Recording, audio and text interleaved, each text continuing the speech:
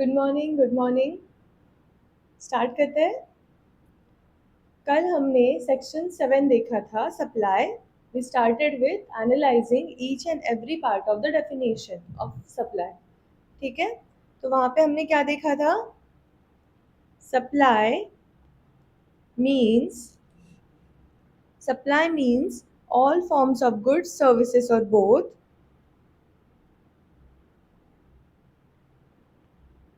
right? Supply means all forms of goods, services or both।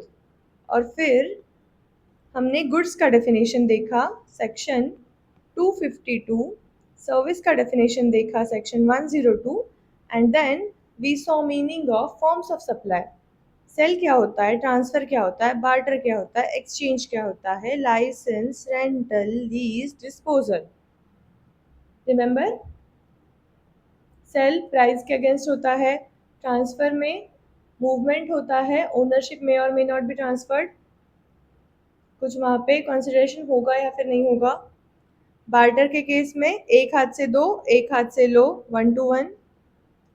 Goods या service का 1 to 1 वहाँ पे exchange चलता है बार्टर के केस में, और वहाँ पे कोई भी मॉनेटरी वैल्यू इन्वॉल्व नहीं होता है, कोई भी मॉनेटरी कंसिडरेशन इन्वॉल्व नहीं होता है। एक्सचेंज के केस में गुड्स दो, ओल्ड गुड्स दो, प्लस कुछ पैसा दो एंड देन न्यू गुड्स मिलेगा। ओके, लाइसेंस मतलब आपको कुछ हक मिल रहा है, कुछ राइट मिल रहा है, legal right for some fee. Rental, short term use of assets. Lease, long term use के लिए और मोर फॉर्मल होता है ये अग्रीमेंट। डिस्पोजल, डिस्कार्ड कर देते हैं कोई भी चीज को, असेट को। ओके, डिस्कार्ड कर दिया तो that will be called as disposal. याद आ रहा है? ओके, तो उसके बाद हमने देखा था मेड और अग्री टू बी मेड, मतलब अग्रीमेंट होना जरूरी है। सप्लाई का अग्रीमेंट होना जरूरी है, दोनों बायर सेलर में वो अंडरस्टैंडिंग क्रिएट होना जरूरी है। फाइन, आगे देखते हैं फिर। Supply means all forms of good services और both for consideration, for consideration, for consideration.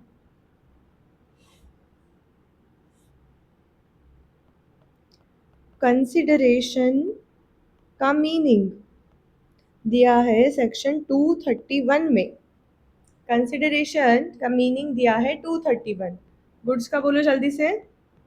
252, service 2102। Okay, अभी कंसिडरेशन 231। Got it? अभी कंसिडरेशन का मीनिंग देखना है। कंसिडरेशन मीन्स, कंसिडरेशन का जनरल पैरेलेंस में क्या मीनिंग समझ में आता है हमें? It is something you get in return. Okay, मैं अगर कोई गुड्स बेच रहा हूँ तो I am getting money in return, cash. Okay, then अगर मैं परचेज कर रहा हूँ, sorry, if I am selling some goods I am getting money in return. अगर वही बार्टर का केस हो गया तो I am getting either goods और सर्विस इन रिटर्न। एक्सचेंज के केस में you are getting old goods plus money, ये रिटर्न में हो गया। ओके, लाइसेंस के लिए लाइसेंस फीस। ओके, तो कोई भी एक चीज देने के लिए जो दूसरी चीज आप दे रहे हो, for you that thing would be the consideration. अभी कंसिडरेशन का डेफिनेशन अच्छे से पढ़ते हैं। कंसिडरेशन का डेफिनेशन स्टार्ट होता है consideration includes, that means it's a inclusive definition. हमने पढ़ा था what is inclusive, what is exhaustive. Okay, consideration includes payment in money or kind for supply. Consideration includes payment made in money or in kind.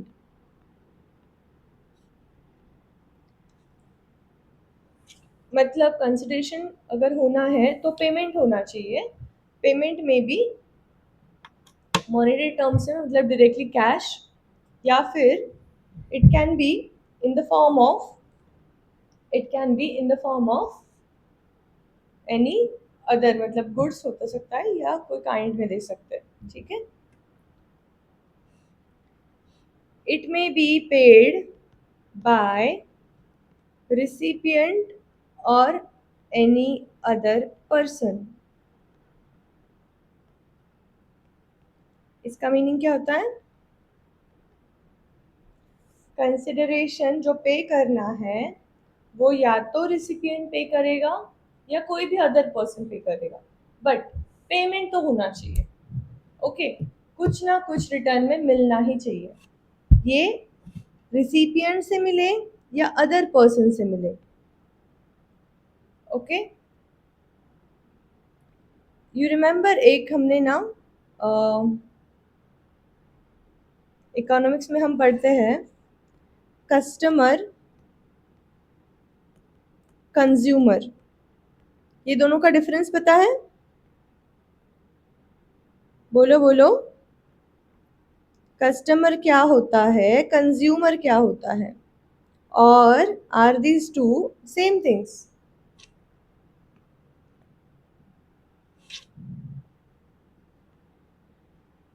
बोलो. Customer is the person. Okay, right right. Customer is the person who buys the goods or services. Consumer is the end user or end beneficiary of those goods or services. Okay. Coaching के लिए you are the consumer, you are actually using the services, and your parents are customers, they have paid for it, right? जिसने payment किया that would be customer, जो उसका use कर रहा है that is consumer. तो सिमिलरली हम consideration के टाइम बोलेंगे कि पेमेंट तो होना चाहिए या रिसिपिएंट करे या कोई अदर करे, मतलब या कंज्यूमर करे या कस्टमर करे, कोई भी करे, बट रिसिपिएंट या एनी अदर पर्सन कोई भी करे बट पेमेंट तो होना चाहिए. ओके. उसके बाद consideration will include monetary value of act और monetary value of act or forbearance,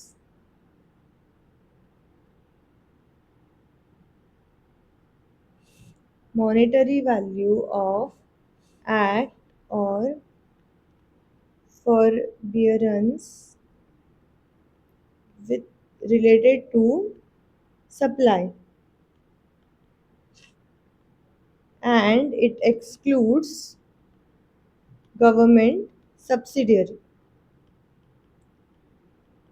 government का जो भी सब्सिडी होगा वो एक्सक्लूड होगा, उसको कंसिडरेशन नहीं बोला जाएगा.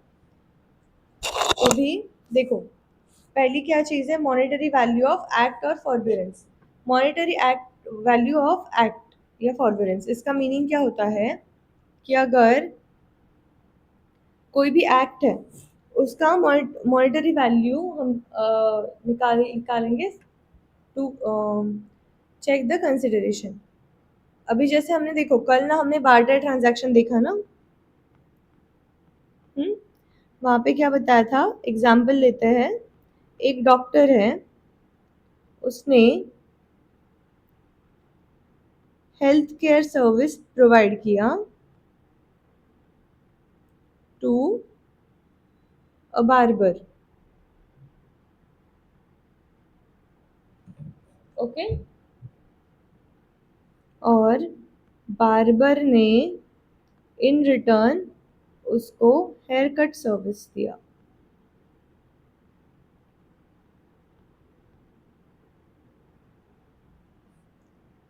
अभी देखो ये दोनों भी बिजनेस कर रहे हैं, इनका ये बिजनेस ट्रांजैक्शन है, it is a form of supply, it is barter, it is made और अग्रीड टू बी मेड, उनका अग्रीमेंट हो चुका है। देन ये केस में कंसिडरेशन आप कौन सी चीज़ को बोलोगे, कंसिडरेशन कहाँ से निकालोगे, समथिंग इन रिटर्न ना। अगर ये डॉक्टर ने हेयर कट सर्विस के रिटर्न में हेल्थ केयर सर्विस दिया है और बार्बर ने हेल्थ केयर सर्विस रिसीव किया है, रिटर्न में हेयर कट सर्विस दिया है, तो डॉक्टर के लिए कंसिडरेशन हो गया हेल्थ केयर सर्विस और बार्बर के लिए कंसिडरेशन हो गया हेयर कट सर्विस। तो वो दोनों क्या सोचेंगे, ये हेल्थ केयर सर्विस के हिसाब से ये सोचेगा मैंने इसको 500 रुपीज़ का कंसल्टिंग दिया, और बार्बर सोचेगा मैंने इसको 350 का हेयर कट दिया सपोज। तो यहाँ पे हम क्या कर रहे हैं, वी आर रिकॉग्नाइजिंग या calculating monetary value of an act. Okay, मैंने कोई परफॉर्म किया है एक्ट, उसका मॉनेटरी वैल्यू कि this is as per market range, this is 500 का हेल्थ केयर सर्विस, और as per market range this is 350 का हेयर कट सर्विस। तो इसको क्या बोलेंगे, monetary value of an act, and this will be considered as a consideration. Okay,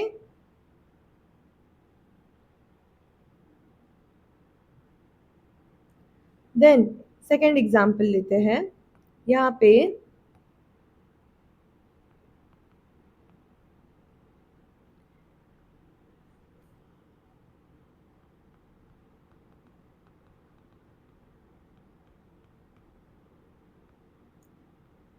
हमने घर पर पेंट करवा के लिया है, पेंटर आया, घर को पेंट किया,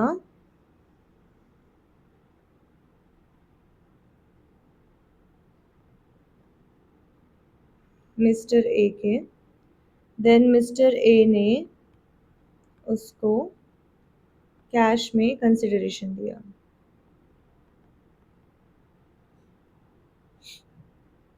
यहाँ पे how will you decide, suppose जो पेंट के डिब्बे थे that we have only provided, mister A only have provided, but इसका जो सर्विस है पेंटिंग सर्विस,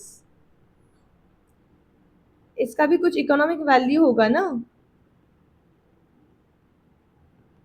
जैसे अभी बार्बर का और हेयर कट सर्विस और हेल्थ केयर सर्विस का इकोनॉमिक वैल्यू हमने निकाला था, सिमिलरली पेंटिंग सर्विसेज का द पेंटर कैन से कि ठीक है ये 5000 is the value of my service, तो this will also be considered as consideration.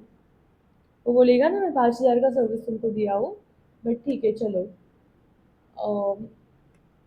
if you want some discount I can give it to you at 500 suppose, this will also be considered as consideration।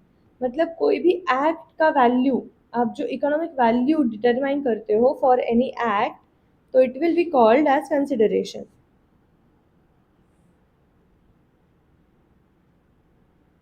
Okay, same repairs maintenance service,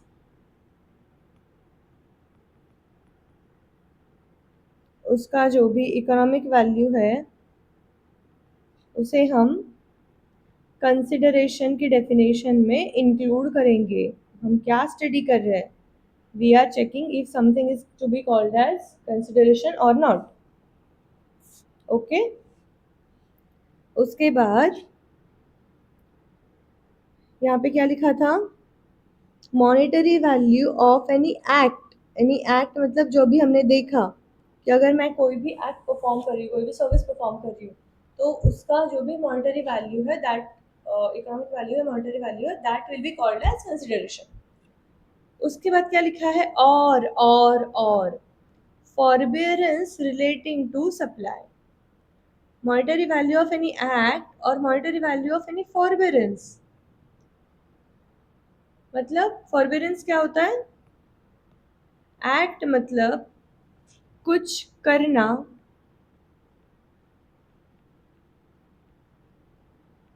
फॉरबिडेंस मतलब कुछ ना करना।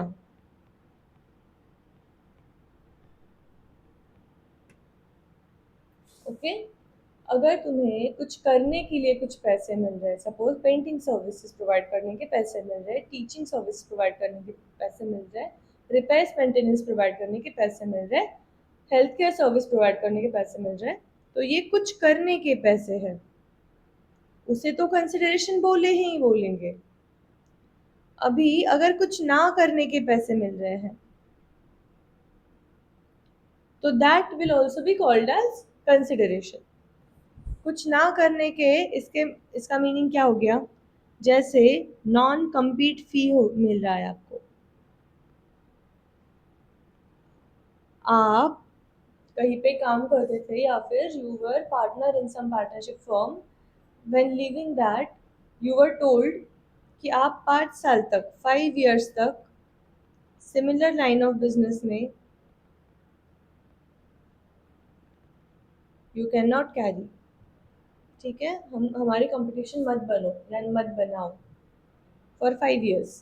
तो आप बोलोगे ऐसे मैं तुम्हारा क्यों सुनूंगा, अभी तो मैंने छोड़ दिया कंपनी। ओके, तो कंपनी बोलेगा I will pay you, but please please हमारे खिलाफ हमारे कंपटीशन में खड़े मत होना। तो पेमेंट हो रहा है यहाँ पे, पेमेंट हो रहा है, और कौन सी चीज के लिए हो रहा है? कुछ ना करने के लिए, कंपटीशन ना करने के लिए पेमेंट हो रहा है। तो that we will called as monetary value of forbearance. Okay, अभी आपका किसी के साथ झगड़ा हो गया, सामने वाले ने आपको धमकी दिया, अभी तेरे पे केस करूंगा, आपने बहुत जाकर उसको मारा है, पीटा है, सामने वाला बोल रहा है केस करूंगा, तो you don't want to go into the legalities. Okay, आपको पता है आपका गलती है, व्हाट यू विल डू? आप उसको बोलेंगे कि भाई लॉ सूट फाइल मत करो, हम सेटलमेंट करते हैं ना। सेटलमेंट मतलब क्या? तेरे को क्या चाहिए? चल तेरे को डिनर पे लेके जाता हूँ, अच्छे से रहेंगे भाई भाई फ्रेंड्स दोनों। Okay, don't don't file law suit against me. Okay, तो ये क्या हो गया? उसको आप अगर डिनर पे लेके गए,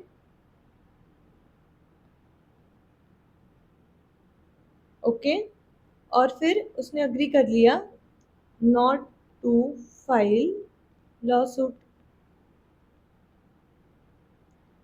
तो आपने उसको कुछ ना करने का कंसिडरेशन दिया है, कुछ ना करने के लिए कुछ पेमेंट किया है, कुछ ना करने के लिए उस पर खर्चा किया है। तो monetary value of that will be called as monetary value of forbearance in relation to supply. तो कंसिडरेशन में कुछ करने का मॉनेटरी वैल्यू और कुछ ना करने का मॉनेटरी वैल्यू दोनों भी इंक्लूड होने वाले हैं। Fine. Monetary value of any act मतलब कुछ करने का, मॉनेटरी वैल्यू ऑफ फॉरबिडेंस कुछ ना करने का with respect to supply. Clear है? अभी excludes, consideration excludes, what does consideration excludes? ये तो चीजें इंक्लूड इंक्लूड इंक्लूड थी, अभी कंसिडरेशन एक्सक्लूड्स आया है। एक्सक्लूड्स माने कंसिडरेशन में क्या, कौन सी चीज नहीं आएगी?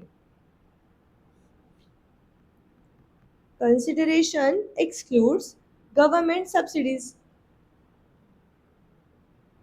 ओके, अगर I am buying electronic vehicle, तो वो जो कंपनी होगी, सपोज ओला, ओला से अच्छा एथर, सपोज एथर, उनको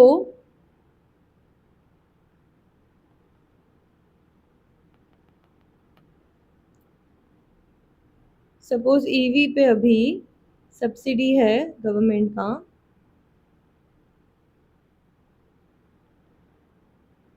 20%। उनका ईवी का प्राइस था 1 lakh. He will be getting sorry the Ather Ather का डीलर, इसको क्या मिलेगा? इसको कस्टमर से मिलेगा 80,000 और गवर्नमेंट से मिलेगा 20,000।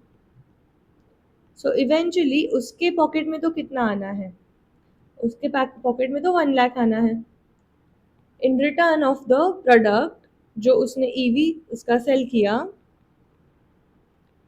ईवी सोल्ड टू कस्टमर, उसको इन रिटर्न क्या मिला?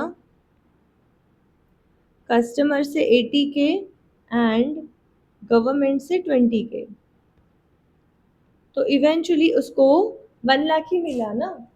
तो ये जो गवर्नमेंट की सब्सिडी है, ये जो गवर्नमेंट की सब्सिडी है, इस पे क्या हम उसको टैक्स लगाएंगे? नो। टैक्स भी गवर्नमेंट का पैसा होता है, सब्सिडी भी गवर्नमेंट का पैसा होता है। तो अगर गवर्नमेंट की सब्सिडी को हम कंसिडरेशन बोलेंगे तो जीएसटी उस पे आएगा। Is it logical? गवर्नमेंट से जो पैसा मिल रहा है उस पर टैक्स लगाओ? नो। तो कंसिडरेशन को सब्सिडी कंसिडरेशन की डेफिनेशन से सब्सिडी को अलग रखा गया। अगर कोई भी गवर्नमेंट, और यहाँ पे क्या लिखा है? Subsidy from government. तो स्टेट गवर्नमेंट या सेंट्रल गवर्नमेंट, ये दोनों में अगर आपको कोई सब्सिडी दिया है अगेंस्ट सम प्रोडक्ट, तो that only then it will be excluded. अगर ये सब्सिडी मिल रहा है लोकल अथॉरिटी से, सॉरी ये सब्सिडी अगर मिल रहा है आपको कोई प्राइवेट प्लेयर्स से, ओके, तो फिर it will be included. Government से अगर कोई सब्सिडी मिल रहा है only then it would be excluded. Got it?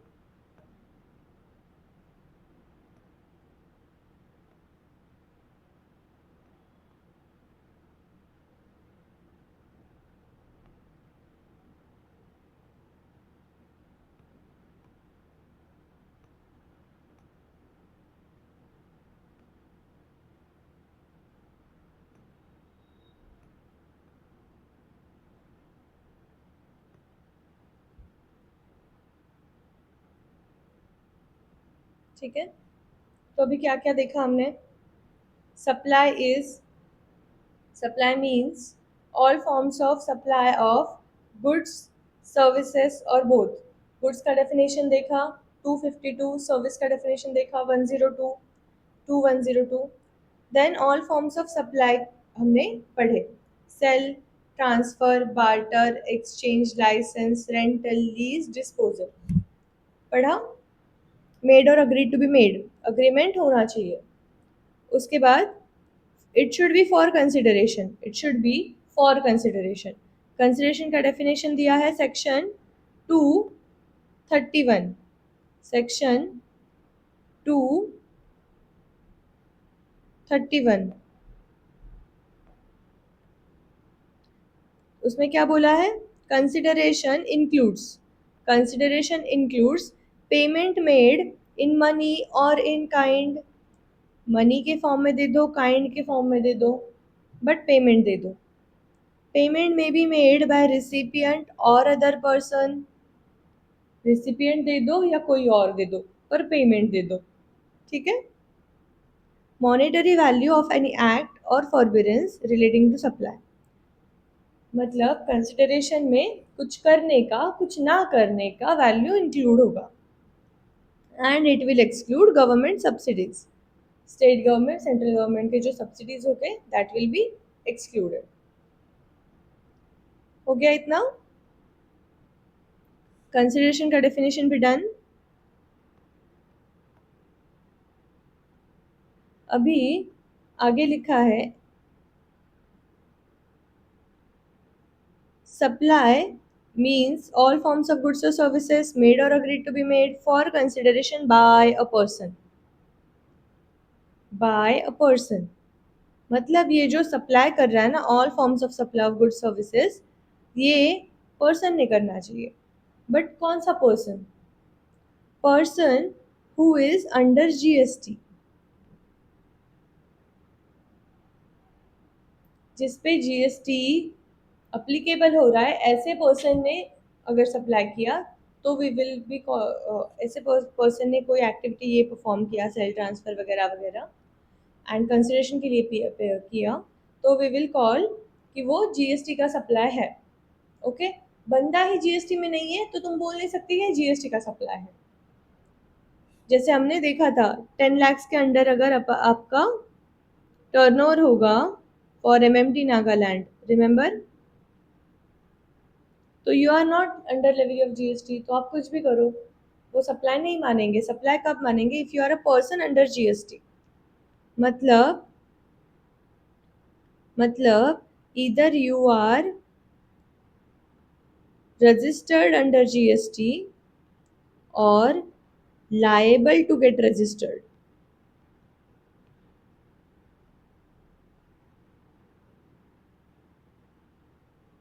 याद आ रहा है? ठीक है, तो by a person in the course और furtherance of business, in the course और फर्दरेंस ऑफ बिजनेस। सप्लाई, पूरा डेफिनेशन अभी कंपाइल करते चलना है।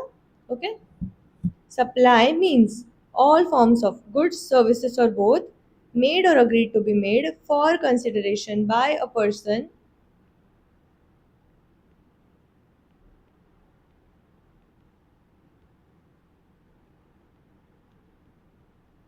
in the course or furtherance of business, in the course or furtherance of business।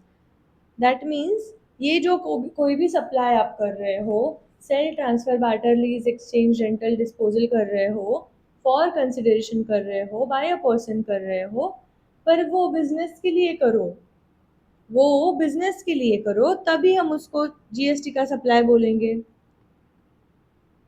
Right? अगर उसने taxable person चाहे हो, चाहे टैक्सेबल पर्सन हो, फॉर कंसिडरेशन उसने काम किया, in exchange of money suppose, all forms of supply of goods, मतलब गुड्स सर्विसेज को बेचा, सेल किया, ठीक है, बट उसने इन द कोर्स ऑफ बिजनेस नहीं किया, इन द कोर्स ऑफ बिजनेस नहीं किया, तो in that case it won't be a supply. In the course of business नहीं मतलब मैंने मैंने मेरे पर्सनल यूज के लिए कोई चीज, पर्सनल यूज की कोई चीज, जैसे आई एम अ, एग्जाम्पल देखते हैं, I am a registered dealer, ठीक है, मेरे शॉप में जीएसटी नंबर मैंने लेके रखा है, ठीक है, मैं रजिस्टर्ड डीलर हूँ, पर मेरे घर में एक एसी पड़ा हुआ था, बहुत साल मैंने यूज़ किया, फिर वो एसी मैंने OLX पे सेकेंड हैंड में बेच दिया। ये किसने किया? एक रजिस्टर्ड डीलर ने किया। बेचा है, फॉर्म ऑफ सप्लाई है, कंसिडरेशन है यहाँ पे, ठीक है, अग्रीमेंट हो गया था, बट रजिस्टर्ड डीलर ने किया है, मतलब पर्सन ने भी किया है, जीएसटी के पर्सन ने किया है, बट क्या ये इन द कोर्स और फर्दरेंस ऑफ बिजनेस है?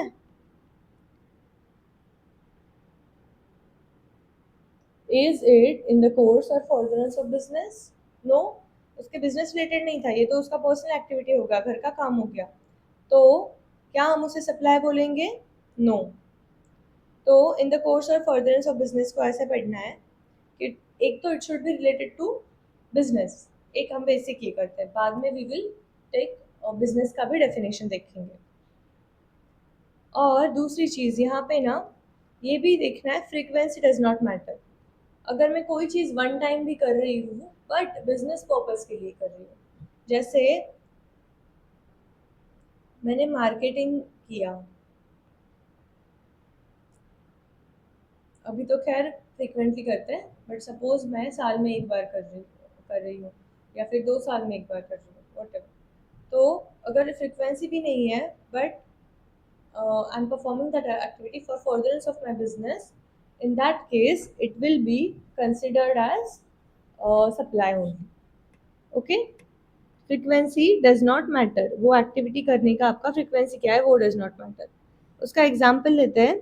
यही सेम रजिस्टर्ड डीलर है, उसके शॉप में एसी था, बहुत साल यूज़ किया, OLX पे उसने ओल्ड एसी को OLX पे डाला और बेच दिया फॉर कैश. ओके, तो ये तो रजिस्टर्ड पर्सन है, उसने सेल किया, कंसिडरेशन के लिए किया. ओके, एंड ये इन द कोर्स ऑफ बिजनेस है क्या? कोर्स ऑफ बिजनेस मतलब बिजनेस के चलते. फ्रीक्वेंसी नहीं देखेंगे, रोज उठ के वो अपना ऑफिस का एसी बेच रहा है नहीं बेच रहा, बट इट वाज उसका बिजनेस एक्टिविटी रिलेटेड ही था ना. मतलब बेसिकली वो चीज़ का उसके बिजनेस के अकाउंट्स में इम्पैक्ट आएगा नहीं आएगा वो देखना है. ठीक है, बुक्स ऑफ अकाउंट्स में, books of accounts of his business, वहाँ पे इम्पैक्ट आएगा असेट सोल्ड. तो in that case we will call it as in the course of business. Fine, frequency नहीं देखना है, वो रोज उठ के उसका एसी नहीं बेच रहा, वो कभी कभार 5 साल में एक बार एसी बेच रहा है. फाइन, तो we will be saying कि it is still in the course of business. Business का डेफिनेशन आगे बढ़ते हैं. यहाँ तक पहले पूरा समझ लेना है. एक बार रिवाइज करते हैं पूरा सेक्शन 7 ना. अभी तक हमने क्या देखा, डेफिनेशन हमारा खत्म है, बस what we have to see now, यहाँ पे बिजनेस का डेफिनेशन देखना है हमें. ठीक है, बिजनेस का डेफिनेशन थोड़ा बड़ा है.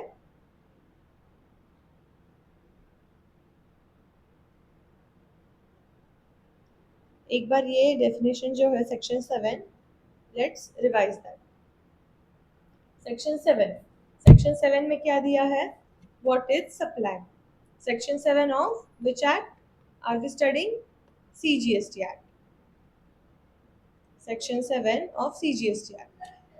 फाइन, वहां पे क्या बोला है, supply means all forms of supply of goods, services or both, such as sell, transfer, barter, exchange, license, rental, lease, disposal, made or agreed to be made for consideration by a person in the course or furtherance of business. ठीक है, this is basically the definition, this much. इसके बाद हमने consideration का meaning पढ़ा और फिर अभी हम बिजनेस का मीनिंग देखेंगे आगे. कंसिडरेशन का what was the meaning. Consideration includes payment made in money or kind for supply, may be paid by recipient or other person, monetary value of any act or forbearance relating to supply. मतलब कुछ करने का और कुछ ना करने का पैसा, मॉनेटरी वैल्यू, इसको भी हम कंसिडरेशन बोलेंगे. It excludes government subsidies, government के सब्सिडीज कुछ भी होंगे तो that will be excluded, private लोगों के होंगे तो नहीं होगा. बाय अ पर्सन मतलब GST वाला बंदा, GST वाला पर्सन, GST वाला पर्सन यानी या तो रजिस्टर होगा और लायबल टू गेट रजिस्टर होगा. इन the course of furtherance of business, ये सप्लाई होना चाहिए इन द कोर्स और फर्दरेंस ऑफ बिजनेस. फ्रीक्वेंसी उसका मैटर नहीं करता, फ्रीक्वेंसी उसका मैटर नहीं करता. Fine, also supply includes schedule 1 activities. Schedule 1 activities. Schedule 1 क्या है, आगे देखते हैं। अभी इतना तो एक माइंड मैप बना लो। सप्लाई के definition section 7, all forms of supply of goods और सर्विसेज बोथ मेड और agreed to be made by a person for consideration in the course of furtherance of business includes schedule 1 activities। ये fix कर लेना। Okay, फिर हमने goods का देखा था डेफिनेशन 252, सर्विस का देखा था 2102, फॉर्म्स ऑफ सप्लाई देख लिए थे sale, transfer, barter, exchange, licence, lease, rental, disposal. Consideration अभी देखा हमने, consideration includes payment made by recipient or other person. Consideration includes payment made or to be made in money or kind, recipient or other person, monetary value of act or forbearance, excludes subsidies by government, and it includes deposit, it excludes deposit unless supplier applies the deposit towards the supply। ये point देख लेते हैं एक बार। Consideration excludes, consideration में जब हमने बोला कि subsidies given by government will be excluded, उसके बाद में बोलेंगे deposits will also be excluded. Deposits मतलब जैसे अभी आपने पीजी का डिपॉजिट पे करते हो in the first month, right, आप कुछ डिपॉजिट अमाउंट जमा करते हो and you keep on paying the rent. When you leave, जब आपका कॉन्ट्रैक्ट खत्म हो जाता है, व्हेन यू लीव उसके टाइम आपको वो डिपॉजिट रिटर्न मिल जाता है। Okay, it's a safety deposit. ऐसे डिपॉजिट्स को we won't be calling it as consideration, उसके ऊपर हमें जीएसटी नहीं चाहिए बिकॉज वो वापस मिल रहे हैं। बट एक चीज ऐसी होगी, एक कंडीशन उस पर लगा दी, अगर supplier applies the deposit towards the supply, in that case deposit will also be considered as consideration. मतलब ये मिस्टर ए है, इसने लैंडलॉर्ड को डिपॉजिट पे किया 30K, इसका मंथली रेंट था 10K, इसने फर्स्ट मंथ का रेंट दिया, ठीक है, बहुत अच्छे से रहा, लैंडलॉर्ड वाज वेरी हैप्पी, 1 तारीख को रेंट मिल गया, हैप्पी था। सेकेंड मंथ से ये बंदा पे ही नहीं कर रहा। What he did, second month rent payment not made, third month rent payment not made, तो ये लैंडलॉर्ड परेशान हो गया। उसने क्या किया, वो बोला कि मैं तुझे नोटिस देता हूँ, 1 महीने में ये जो है रूम को छोड़ दे, और तेरा ये जो पेंडिंग रेंट था ना, सेकेंड मंथ का 10K, थर्ड मंथ का 10K और अभी आने वाले मंथ का 10K, ये मैं तेरे डिपॉजिट में से कट करूँगा। Okay, he is applying that deposit in towards the supply, towards the payment of supply. तो कंसिडरेशन क्योंकि उसको मिला नहीं तो उसने डिपॉजिट में से एडजस्ट कर लिया। In that case, you will consider that deposit as consideration unless and until deposit is excluded। समझा? ठीक है। अभी देखो आईसीआई ने ना 2-3 सिनारियोज डिस्कस किए हैं कंसिडरेशन के रिलेटेड।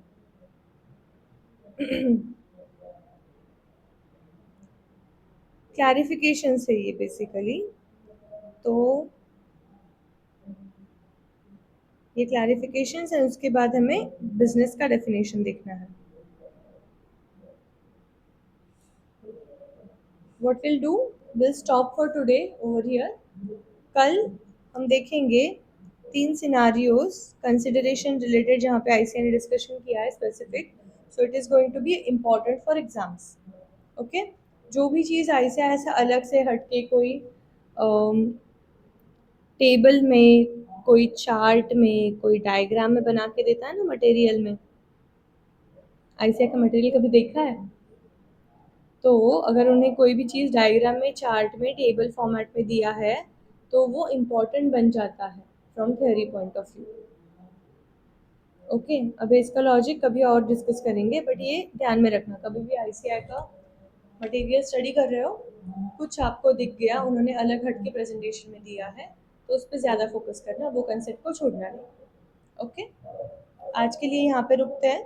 कल कंसिडरेशन के 3 सिनारियोज डिस्कस करेंगे, बिजनेस का डेफिनेशन देखेंगे, and then we will move on to schedule 1। Schedule 1 also section 7 का ही पार्ट था। It includes activities of section 7. Supply includes schedule 1. Supply का definition includes activities of schedule 1. Okay, ये यहाँ पे देखा था। ठीक है, ओके। अभी कल आते वक्त ये डेफिनेशन एक बार पूरा सही से देख के आना है, अभी तक जो जो पढ़ा कंपाइल करते चलो साथ साथ में, तो it will look very easy. Okay, वरना बहुत बल्कि हो जाएगा। एक बार ये पूरा चैप्टर खत्म होने के बाद आप पहले से लोगे ना, it will be very heavy. Instead what you should be doing, daily जैसे जैसे पढ़ाई हो रहा है ना, वैसे वैसे कंपाइल करते चलो। ओके, सेक्शन 7 तक का पूरा पार्ट अब आज एक बार देख लेना है। गुड्स का डेफिनेशन, सर्विस का डेफिनेशन, कंसिडरेशन, सब चीज़ें। ओके, फिर स्मूथली आगे जाएंगे। ओके, चलो।